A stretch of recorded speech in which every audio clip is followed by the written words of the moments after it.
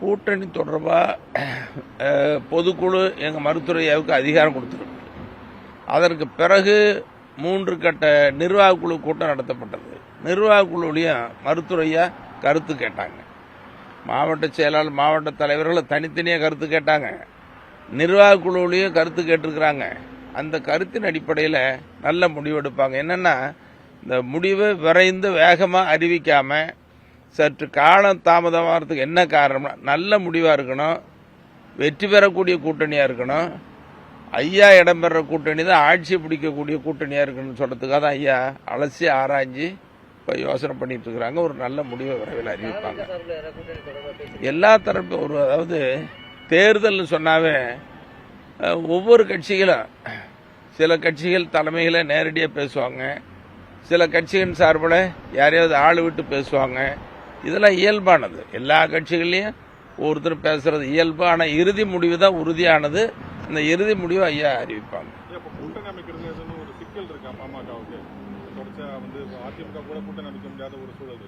அதாவது கூட்டணி அமைக்கிறதுல மருத்துவரையாவுக்கு எந்த சிக்கலுமே இல்லை. ஒரே ஒரு சிக்கல், என்ன சிக்கல்னா, வெற்றி கூட்டணி எதுன்னு கண்டறியதை தவிர வேற எதுவுமே இல்லை.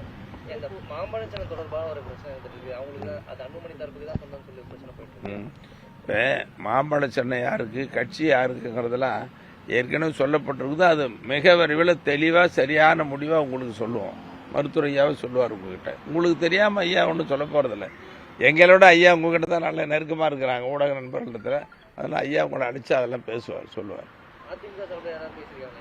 அதாவது நான் தான் சொல்கிறேன், தேர்தல்னு சொன்னால் நேரடியாகவும் பேசுவாங்க, இடையில யாரையாவது அனுப்பிச்சும் பேசுவாங்க. எல்லா தரப்புலையும் பேசப்பட்டு வருகிறது. அதெல்லாம் இப்போ நம்ம வெளியில் சொல்ல முடியாது, சொல்லவும் கூடாது. ஏன்னா ஒரு முடிவு, இறுதி முடிவு வர்றதுக்கு முன்னால் யார் பேசுகிறாங்க, எப்படி பேசுகிறாங்க, எங்கே பேசுகிறாங்க, என்ன மாதிரி பேசுகிறாங்கன்னு சொல்லலாம். அது சொல்ல முடியாது, சொல்லவும் கூடாது. சொல்கிறது நல்லதாகவும் இருக்காது. ஆனால் எல்லா தரப்புலேருந்து பேச்சுவார்த்தைகள் அங்கங்கே தொடங்கியிருக்கேன், போயிட்டு பேசி வந்துட்டு இருக்குது. ஒரு நல்ல முடிவு அதுக்காக சற்று தாமதம். நல்ல முடிவு வெற்றிக்கான தாமதமாக தவிர சொல்லுங்க. இது பாமக பாஜக கூட்டணியில வந்து அவங்க இடம்பெற இதுல வந்து நாங்க இடம்பெற மாட்டோம் சொல்லிட்டு பெரும்பாலும் அதுங்க தேர்தலில் ஒவ்வொருத்தரும் ஒவ்வொரு கருத்து சொல்லுவாங்க. எது சொன்னாலும் இன்னைக்கு ஒரு கருத்து இருக்கு, நாளைக்கு ஒரு கருத்து இருக்கு, கூட்டணி சேரும்போது ஒரு கருத்து இருக்கு. ஒவ்வொருத்தர் கருத்தும் ஒவ்வொரு மாதிரி இருக்கும். இன்னொருத்தர் கருத்துக்கு நம்ம பதில் சொல்லக்கூடாது. அது அவங்க விருப்பம் சொல்றாங்க, நீங்க அவங்ககிட்ட தான் கேட்கணும். ஒருவர் சொன்ன கருத்துக்கு நான் பதில் சொல்லுவது அது சரியா இருக்காது. ஏன்னா தேர்தல் நேரமா இருக்கு. தேர்தல் நேரத்தில் யாரையும் முகம் சுழிச்சு பேசக்கூடாது, கடிஞ்சு பேசக்கூடாது, எதிர்ப்பாக பேசக்கூடாது.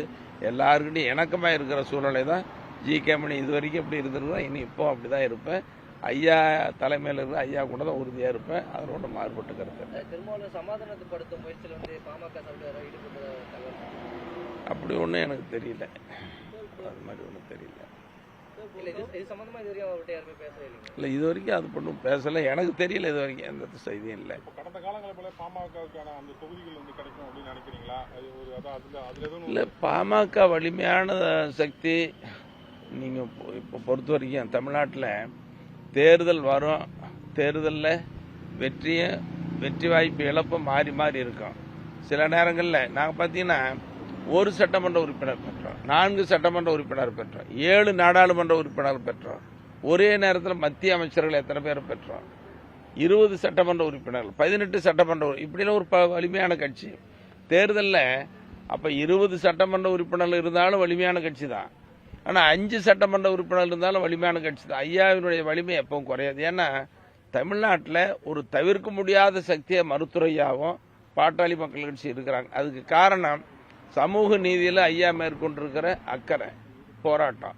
அதோட ஒட்டுமொத்த தமிழ்நாட்டினுடைய வளர்ச்சியில் என்ன, மக்கள் மேம்பட வேண்டும், இந்த மண் செழிக்க வேண்டும், மொழி காக்கப்பட வேண்டும், ஒட்டுமொத்த தமிழ்நாட்டினுடைய வளர்ச்சி. அது மருத்துவரையாவுக்கு எவ்வளோ வாய்ப்பா? இன்னைக்கு ஒரு அரசாங்க நிதிநிலை அறிக்கை போடுது, 21 ஆண்டா ஒரு வரைவு நிதிநிலை அறிக்கை டிராஃப்ட் படிச்சுட்டு ஐயா போடுறாருன்னா இப்போ தமிழ்நாட்டினுடைய வளர்ச்சியில் எப்படி அக்கறை கொண்டவர்?